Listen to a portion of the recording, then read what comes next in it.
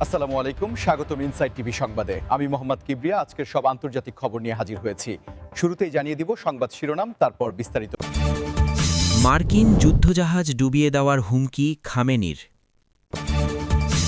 আলোচনার আগে রাশিয়া ইউক্রেনের ভয়াবহ পাল্টা হামলা। সুদানের কোর্দোফান অঞ্চলে ড্রোন হামলায় নিহত ২৮। তেল আছে, অধিকার নেই, ইরাকের অর্থসম্পদে মার্কিন আধিপত্যের নির্মম বাস্তবতা। হিজবুল্লাহ নিরস্ত্রীকরণে লেবাননকে সাহায্যে প্রস্তুত, দখলদার ইসরায়েল। আসসালামু আলাইকুম, স্বাগতম জানাচ্ছি ইনসাইড টিভি সংবাদে। আমি মোহাম্মদ কিবরিয়া। এতক্ষণ শুনছিলেন সংবাদ শিরোনাম, এবার বিস্তারিত। উত্তেজনাকর মুহূর্তে আমরা দাঁড়িয়ে আছি, যেখানে মধ্যপ্রাচ্য থেকে শুরু করে ইউরোপের রণাঙ্গন পর্যন্ত বারুদের গন্ধ আর কূটনৈতিক চালের খেলা চলছে সমান তালে। প্রথমেই আমরা নজর দেব ইরানের সর্বোচ্চ ধর্মীয় নেতা আয়াতুল্লাহ আলী খামেনির সাম্প্রতিক এক বিস্ফোরক মন্তব্যের দিকে, যা পারস্য উপসাগরের উত্তেজনাকে নতুন করে উস্কে দিয়েছে। আপনারা জানেন যে ইরান এবং যুক্তরাষ্ট্রের মধ্যে সম্পর্ক গত কয়েক দশক ধরেই সাপে নেউলে, কিন্তু সাম্প্রতিক সময়ে লোহিত সাগর এবং পারস্য উপসাগরে মার্কিন যুদ্ধজাহাজের উপস্থিতি তেহরানকে চরম অস্বস্তিতে ফেলেছে। এই প্রেক্ষাপটে খামেনি সরাসরি হুমকি দিয়েছেন যে প্রয়োজনে মার্কিন যুদ্ধজাহাজ ডুবিয়ে দেওয়া হবে, যা কেবল একটি সামরিক হুমকি নয়, বরং এর পেছনে রয়েছে গভীর কৌশলগত বার্তা। সামরিক বিশ্লেষকরা মনে করছেন ইরানের এই হুমকি মূলত তাদের ব্যালিস্টিক মিসাইল এবং ড্রোন প্রযুক্তির উপর ভিত্তি করে দেওয়া হয়েছে, কারণ দেশটি গত কয়েক বছরে নৌ প্রতিরক্ষা ব্যবস্থায় অভূতপূর্ব উন্নতি দাবি করেছে।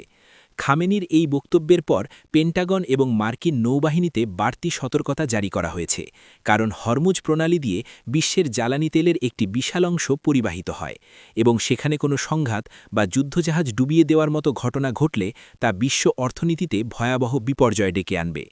তেলের দাম আকাশচুম্বী হতে পারে এবং সাপ্লাই চেন ভেঙে পড়তে পারে। আন্তর্জাতিক সম্পর্ক বিশ্লেষকরা বলছেন খামেনির এই বক্তব্য সম্ভবত গাজা এবং লেবানন ইস্যুতে আমেরিকার ইসরায়েল ঘেঁষা নীতির একটি কড়া জবাব, যেখানে তেহরান বোঝাতে চাইছে যে তাদের ধৈর্যের বাঁধ ভেঙে গেলে তারাও বড় ধরনের আঘাত হানতে সক্ষম। তবে প্রশ্ন হল, আসলেই কি ইরান সরাসরি আমেরিকার মতো সুপার পাওয়ারের সাথে নৌযুদ্ধে জড়াবে, নাকি এটি কেবল একটি মনস্তাত্ত্বিক চাপ সৃষ্টি করার কৌশল? কারণ অতীতেও আমরা দেখেছি দুই দেশ যুদ্ধের দ্বারপ্রান্তে দিয়েও শেষ মুহূর্তে পিছু হটেছে।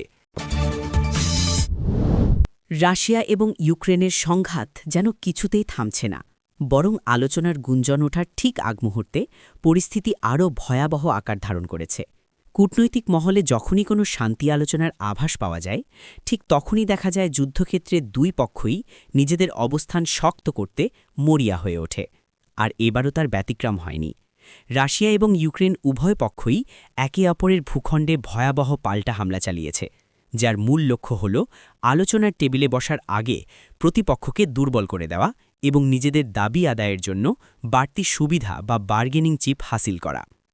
সাম্প্রতিক রিপোর্ট অনুযায়ী ইউক্রেন রাশিয়ার সীমান্তবর্তী অঞ্চলগুলোতে ড্রোন এবং মিসাইল হামলা জোরদার করেছে। বিশেষ করে রাশিয়ার জ্বালানি ডিপো এবং সামরিক ঘাঁটিগুলোকে টার্গেট করা হচ্ছে। অন্যদিকে রাশিয়াও চুপ নেই। তারা ইউক্রেনের বিদ্যুৎ কেন্দ্র এবং গুরুত্বপূর্ণ অবকাঠামোর উপর ব্যাপক মিসাইল বৃষ্টি শুরু করেছে, যার ফলে শীতের আগে ইউক্রেনের সাধারণ মানুষ চরম বিদ্যুৎ সংকটের মুখে পড়েছে।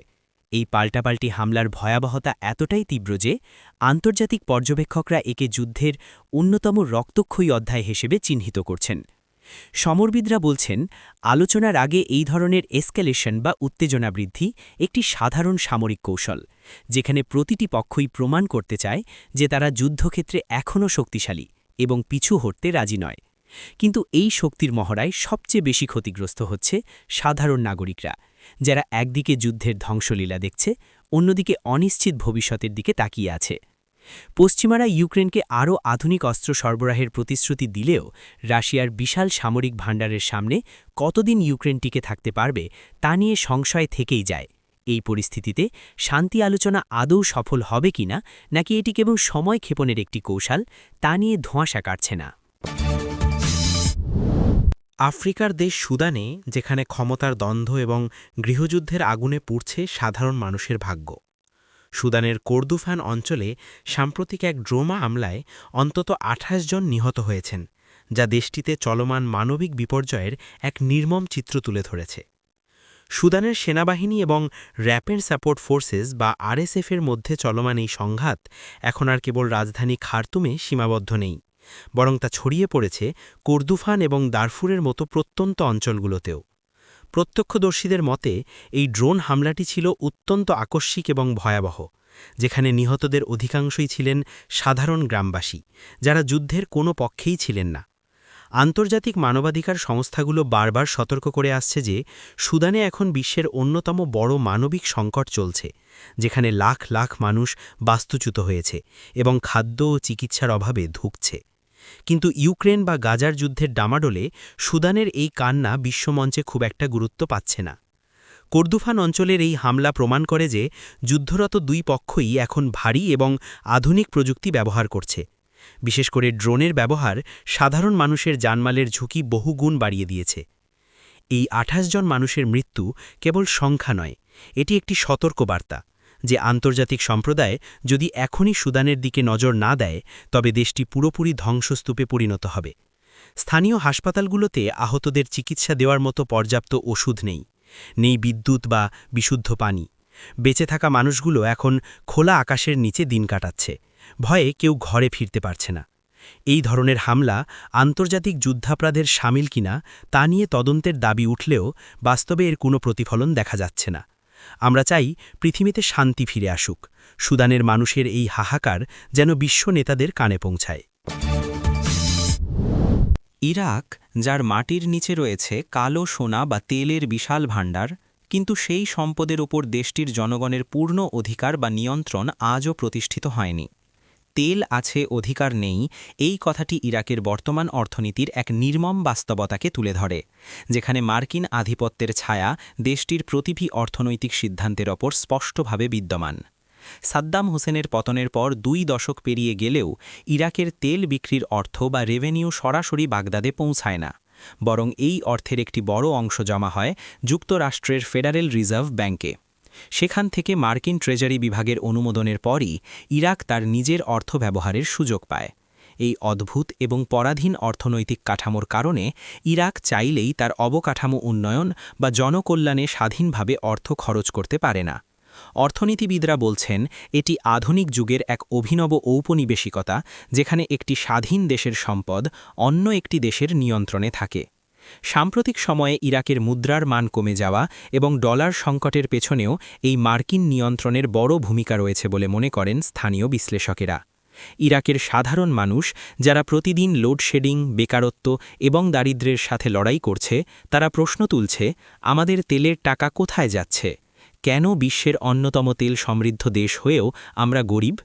অন্যদিকে ওয়াশিংটন দাবি করে যে মানি লন্ডারিং এবং সন্ত্রাসে অর্থায়ন ঠেকাতেই এই কঠোর নজরদারি প্রয়োজন। কিন্তু বাস্তবতা হল এই ব্যবস্থার মাধ্যমে আমেরিকা ইরাকের ওপর রাজনৈতিক এবং কূটনৈতিক চাপ বজায় রাখার একটি শক্তিশালী হাতিয়ার নিজেদের হাতে রেখেছে। বাগদাদ যখনই ওয়াশিংটনের স্বার্থের বাইরে কোনো পদক্ষেপ নিতে চায়, তখনই এই ডলারের প্রবাহে টান পড়ে। ইরাকের এই সার্বভৌমত্বের সংকট এবং অর্থনৈতিক পরাধীনতা নিয়ে আরব বিশ্বে ব্যাপক ক্ষোভ রয়েছে, কিন্তু ক্ষমতার সমীকরণে সাধারণ ইরাকিদের কণ্ঠস্বর খুব কমই শোনা যায়। লেবানন সীমান্তে, যেখানে হিজবুল্লাহ এবং ইসরায়েলের মধ্যে উত্তেজনা এখন তুঙ্গে, এর মধ্যেই দখলদার ইসরায়েল এক অদ্ভুত এবং বিতর্কিত প্রস্তাব বা বার্তা দিয়েছে, যেখানে তারা বলছে যে হিজবুল্লাহকে নিরস্ত্রীকরণে তারা লেবানন সরকারকে সাহায্য করতে প্রস্তুত। এই বক্তব্যটি আন্তর্জাতিক রাজনীতিতে এবং লেবাননের অভ্যন্তরীণ মহলে ব্যাপক আলোচনার জন্ম দিয়েছে। একদিকে ইসরায়েল লেবাননের ভূখণ্ডে হামলা চালাচ্ছে, অন্যদিকে তারা লেবাননের রাষ্ট্রকে সাহায্যের প্রস্তাব দিচ্ছে। বিষয়টি অনেকের কাছেই হাস্যকর এবং কৌশলগত ফাঁদ বলে মনে হচ্ছে। বিশ্লেষকরা বলছেন, ইসরায়েলের এই প্রস্তাবের মূল লক্ষ্য হল লেবাননের সরকার এবং জনগণের সাথে হিজবুল্লাহর দূরত্ব তৈরি করা এবং দেশটিতে একটি গৃহযুদ্ধের পরিস্থিতি উস্কে দেওয়া। হিজবুল্লাহ লেবাননের রাজনীতি এবং সামরিক শক্তিতে একটি বড় অবস্থান দখল করে আছে, তাই তাদেরকে নিরস্ত্রীকরণ করা লেবানন সরকারের একার পক্ষে প্রায় অসম্ভব, এবং এটি করতে গেলে লেবাননে বড় ধরনের অভ্যন্তরীণ সংঘাত শুরু হতে পারে। ইসরায়েল এই সুযোগটি কাজে লাগাতে চাইছে। তারা বিশ্ববাসীকে দেখাতে চাইছে যে তাদের লড়াই লেবাননের জনগণের বিরুদ্ধে নয়, বরং হিজবুল্লার বিরুদ্ধে। কিন্তু বাস্তবতা হল ইসরায়েলি হামলায় লেবাননের সাধারণ অবকাঠামো এবং বেসামরিক মানুষও ক্ষতিগ্রস্ত হচ্ছে। লেবাননের সরকার এখন উভয় সংকটে, একদিকে ইসরায়েলি আগ্রাসন, অন্যদিকে হিজবুল্লার সশস্ত্র প্রতিরোধ। এই পরিস্থিতিতে ইসরায়েলের সাহায্য নেওয়ার অর্থ হবে সার্বভৌমত্ব বিকিয়ে দেওয়া, যা কোনো স্বাধীন দেশ মেনে নিতে পারে না। এই জটিল ভূরাজনৈতিক দাবা খেলায় শেষ পর্যন্ত কাদের জয় হবে বা লেবানন কি আরেকটি বড় যুদ্ধের দিকে এগিয়ে যাবে, সেটাই এখন দেখার বিষয়।